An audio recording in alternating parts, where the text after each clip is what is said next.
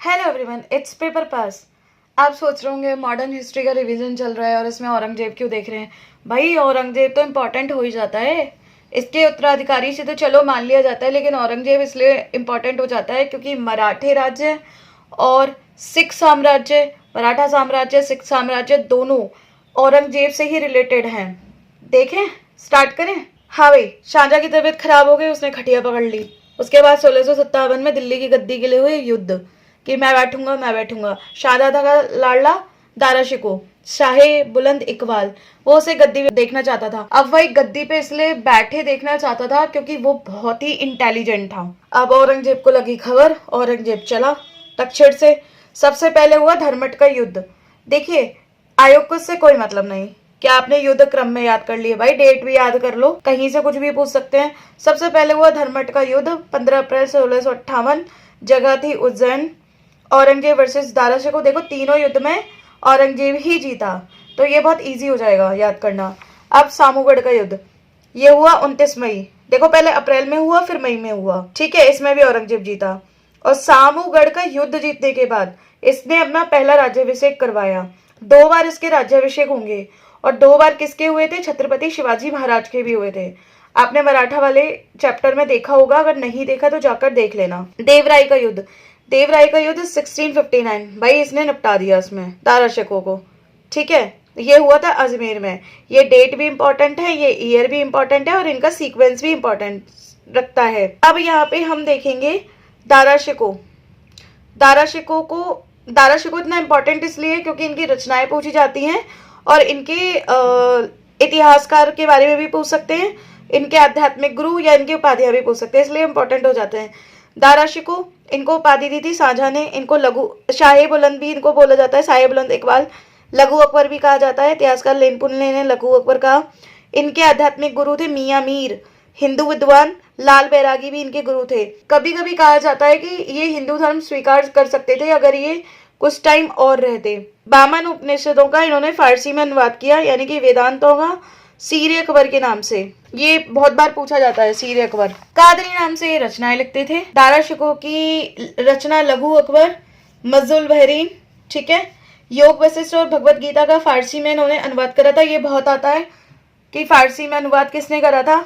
और शाह इकबाल तो इनका नाम है ही है क्योंकि इनको शाहजहां ने बोला था। सामूगढ़ के युद्ध के बाद शाहजहां को बंदी बना लिया और शाहबुर्ज आगरा में इनको कैद कर लिया। 8 साल लगभग ये कैद रहे, और वहीं पे 1666 में इनकी मृत्यु हो गई। और जो इनकी सेवा करती थी ना जहांआरा, औरंगजेब ने कहा जा तू भी जेल में रह, ठीक है, क्योंकि इनका मन लगता नहीं था, इनको बच्चे चाहिए थे। तो औरंगजेब, वैसे भी औरंगजेब को लगता था कि ये मेरे को सारी बातें बताएगी नहीं, तो जाके वहीं रहे। ऐसे ऐसे आपने ये पूरा देख लिया। यहाँ से हम स्टार्ट करेंगे औरंगजेब। औरंगजेब 1658 से 1707 दिल्ली की गद्दी पर दूसरा सबसे लंबा शासनकाल है। पहला है अकबर का। अकबर के शासनकाल से कुछ दिन ज्यादा ही इनका शासनकाल रहा। इनकी उपाधि थी बहादुर, जिंदा पीर और आलमगीर।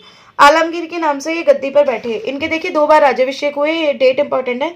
31 जुलाई 1658 आगरा में, 15 जून 1659 दिल्ली में। और 2 बार किसके हुए थे? मैंने 2 बार बताया है वीडियो में, आप कमेंट करिए। और 2 बार किसके राज्याभिषेक हुए थे? चलिए टाइम पीरियड भी बता देती हूँ। 74 के टाइम पर। शिक्षक लतीफ सुल्तानपुरी, माता थी मुमताज महल, पत्नी थी दिलराज बानो बेगम, रविया और दुर्रानी यानी कि, ठीक है। इन्होंने अपनी पत्नी की याद में संभाजीनगर महाराष्ट्र में क्या बनवाया था? बीवी का मकबरा, जैसे दक्षिण का ताजमहल बोलते हैं, ताजमहल की फूहड़ नकल भी बोला जाता है। इसके डिजाइन बनाया था अहमद लाहौरी का बेटा अततुल्ला, और इसका निर्माण करता था औरंगजेब का बेटा आजम शाह। इसके बारे में आप थोड़ा आगे देखेंगे। औरंगजेब ने देखो सब कुछ बंद करवा दिया। इसने कहा निकलो, सब बंद। नाचना, गाना, नौरोज उत्सव, चित्रकारी, झरोखा दर्शन, सिक्कों पे कलमा, राजपूत जो टीका लगाते थे वो, ज्योतिष मतलब ज्योतिष जो अपने शास्त्र हैं वो, सती दासों का नाचना, खुद नाचना गाना जनता का, सब बंद करवा दिया। बोला सब बकवास है, चलो बंद करो। अच्छा, औरंगजेब के बारे में एक यहाँ पे हम देखेंगे। इन्होंने जब कन्वर्जन कराया था कश्मीरी घाटी में, तो कश्मीरी ब्राह्मणों ने हेल्प मांगी। किससे? गुरु तेग बहादुर से, 9th गुरु थे। उन्होंने बोला पहले मेरा कन्वर्जन कराओ, पहले मुझे मुस्लिम बनाओ, अगर मैं बन गया तो बाकी के सब लोग मुस्लिम बन जाएंगे। और अंत तक इसने इतना शोषण करा, उनका गर्दन तक काट डाली, लेकिन उन्होंने मुस्लिम बनना स्वीकार नहीं करा। ठीक है, यहाँ पे हम देखेंगे सिखों के 9th गुरु तेग बहादुर जी को मृत्युदंड दिया गया, जिन्हें हिंद की चादर बोलते थे। 1675 में 1665 में हिंदू मंदिरों को तोड़ने के आदेश दिए। भाई इसने बहुत मंदिर तोड़वाए। 1670 में असम विजय की और जो इसका श्रेय जाता है वो जाता है मीर जुमला इसके सेनापति को। भाई इसने दक्षिण में, कहते हैं ना कि 2 अभियान इसके ऐसे थे जो ये जीता था। 1686 में बीजापुर, 1687 में गोलकुंडा। 1686 में आदिल शाह के पुत्र सिकंदर शाह से इसने बीजापुर कर्नाटक जीता, और गोलकुंडा 1687 में गोलकुंडा आंध्र प्रदेश इसने जीता। ये 2 बार पेपर में पूछे जाते हैं, क्योंकि दक्षिण विजय इसका सपना थी, और दक्षिण विजय में ये 2 नाम सबसे इंपॉर्टेंट आते हैं। औरंगजेब के समय हिंदू मनसबदार थे 33%, सूबे यानी कि प्रांतों की संख्या थी 20, जो कि अकबर के समय 12 थे, इनके समय बढ़ गए थे। दिल्ली में इन्होंने एक पुस्तकालय बनवाया, बैतुल उलूम पुस्तकालय। कोई गया हो तो बता दो, मैं तो अभी तक जा नहीं पाई। कुशल वीणा वादक, मुझे ये भी नहीं पता अभी है कि नहीं है। भाई खुद बहुत बढ़िया वीणा बजाता था, लेकिन इसने क्या कहा, नाचना गाचना बंद। कोई नाचेगा गाएगा नहीं बाइक के आगे। और ये बस जोक था। औरंगजेब के समय आए विदेशी, ये बहुत इंपॉर्टेंट हो जाता है। थेवेनॉट फ्रांसीसी, Gomal Kareri Italy, John fryer अंग्रेज यानी कि ब्रिटेन, ये आए थे। हाँ, ये इन्होंने क्या क्या निर्माण करा लिया वो भी देख लो। बादशाही मस्जिद लाहौर और मोती मस्जिद आगरे के लाल किले के अंदर। ठीक है, इसने 1679 में पुणे जजिया लगाया था। जजिया जिसे 1564 में अकबर ने समाप्त कर दिया था, जिसे ऐबक ने स्टार्ट कराया था, कश्मीर में लगाया था, जो ऐबक गुलाम वंश का संस्थापक था। फिरोज शाह तुगलक ने ब्राह्मणों पर लगा दिया था, वो वाला जजिया इसने 1679 में फिर से इसने लगा दिया। जजिया की कहानी ऐसी चल रही है, कभी बंद कोई कर रहा है, कभी कोई चालू कर रहा है। अकबर ने बंद कर दिया तो औरंगजेब ने चालू कर दिया। आ नाम से देख लो उसे। औरंगजेब के समय जो जाट विद्रोह थे, चूड़ामन आगरा यूपी, गोकुल 1669 और राजाराम 1685। राजाराम के बारे में थोड़ा सा है, पर ये कंट्रोवर्सी हो जाएगी, इसलिए यहाँ नहीं बताएंगे। औरंगजेब की मौत हुई 1707 में मकबरा संभाजी नगर। ठीक है, चलो जी, अब यहाँ से देख लेते हैं मुगल साम्राज्य का विघटन। कैसे कैसे मुगल साम्राज्य क्षरण की तरफ अपने पहुंचा। देखिए, बहादुर शाह प्रथम मुअज्जम 1707 से 1712 इसका उपनाम था। ये वृद्ध शासक था, मतलब लगभग 63-64 साल का था। शाही बेखबर बोलते ही थे, शाह आलम फर्स्ट इसे ही बोला जाता है। इसके टाइम में डच प्रतिनिधि शिष्टमंडल आया था जोशुआ केविलार के नेतृत्व में, और पता है वो किसे लाए थे, जिसे इसने बीवी फिदवा की उपाधि दी थी, जूलियाना को।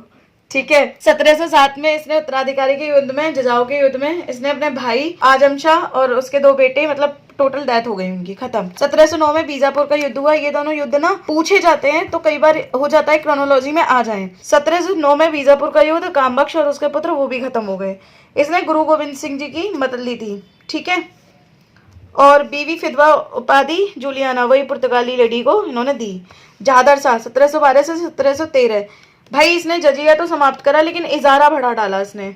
लंपट मूर्ख बोला, कुमारी लाल वेश्या का इसका कुछ आता है, लाल कुमारी वेश्या का। इसे इतिहासकार इरादत खान ने कहा था कि भैया ये बहुत ही लंपट मूर्ख आदमी है। तत्कालीन इसके शक्तिशाली जो अमीर जुल्फिकार खां थे, उनकी हेल्प से इसने गद्दी प्राप्त करी। ये लेकिन ईरानी अमीर थे, कई गुट थे ना मुगल में, तो ये ईरानी अमीर गुट के थे। ये दोनों पिता बेटे, इन्हीं के जो पिता थे वो थे असद खां, किसके, जुल्फिकार खां के। और इन्होंने युद्ध में अपने भतीजे, मतलब युद्ध में जो इनका भतीजा था फरुखशियर, उन्होंने इन्हें पराजित कर दिया। 1713 में हुआ था आगरा में, और हत्या हो गई। भाई अब बैठेगा फरुखशियर। फरुखशियर ने भी क्या करा, जजिया को हटाया था, लगाया था, ऐसे ही चल रहा था। मतलब एक मन था इसका, हटा दिया, फिर इसने लगा दिया। हटाया सैयद बंधुओं के शायद कहने पर ही हटाया था। यहाँ से हम सैयद बंधुओं का बहुत ज्यादा हस्तक्षेप देखेंगे कि कैसे कैसे इन्होंने सारी पावर अपने हाथ में ले ली। इसको घृणित शासक बोलते हैं। ठीक है, इसके समय में अंग्रेज शिष्टमंडल जिसके अध्यक्ष थे जॉन सेरेमन भारत आया 1715 में। डॉक्टर हैमिल्टन लेके आया, उसने इसका ट्रीटमेंट करा, तो उससे हैप्पी होकर इसने 1717 में अंग्रेजों को व्यापार करने के लिए इसने, जैसे गोल्डन फरमान बोलते हैं, जारी कर दिया था। 3000 वार्षिक कर देकर बंगाल में बिना अतिरिक्त चुंगी दिए व्यापार करने के राइट्स, जहाँ से बेड़ागर होना स्टार्ट हो चुका था। इसके जो वजीर थे वो किंग मेकर थे, हुसैन अली और अब्दुल्ला सैयद बंधु, यही थे जिन्होंने इसको गद्दी पर बिठाया था। ठीक है, लक्ष्मण दास बैरागी जी, जो बंदा बहादुर की हत्या इन्होंने करवाई थी, इन्होंने गुरु गोविंद सिंह जी, मतलब बंदा बहादुर जी ने गुरु गोविंद सिंह जी के बाद की जो कमान संभाली थी। ठीक है, अब यहाँ से आप रफी के 2 टाइम देखेंगे, रफी उद दरजात और रफी उद दौलत। ये 1900 को, क्योंकि सैयद बंधु ने फिर इसको हटा दिया फरुखशियर को, फिर ये बिठाया। फिर ये बिठाया और फिर बैठा जी मोहम्मद शाह रंगीला। इसके बारे में तो आप लोग बहुत अच्छे से जानते ही हैं। चिनकलिज खां आसफ जहां से मिलकर सैयद बंधुओं को इसने कर दिया खात्मा और जजिया कर दिया इसने फाइनली खत्म कि निपटाओ जजिया को। अब इसके समय स्वतंत्र राज्य बहुत इंपॉर्टेंट है, ये सबसे ज्यादा क्रोनोलॉजी में पूछे जाते हैं। हैदराबाद 1729, आसफ जाह फर्स्ट, निजामुल मुल्क ये भी था, इसका नाम ही ये थे। देखो उपाधि दे देते हैं ना तो नाम बस जुड़ जाते हैं, ऐसे करके होता है। संस्थापक चिनकलिज खां जिसे निजामुल भी बोलते हैं, ये एस के पांडे से लिए हुए फैक्ट्स हैं ये सारे मेरे। अवध सादत खां जो कि प्रथम नवाब वहां का कहलाया। बंगाल के मुर्शिद कुली खां, मथुरा भरतपुर बदन सिंह, ठीक है।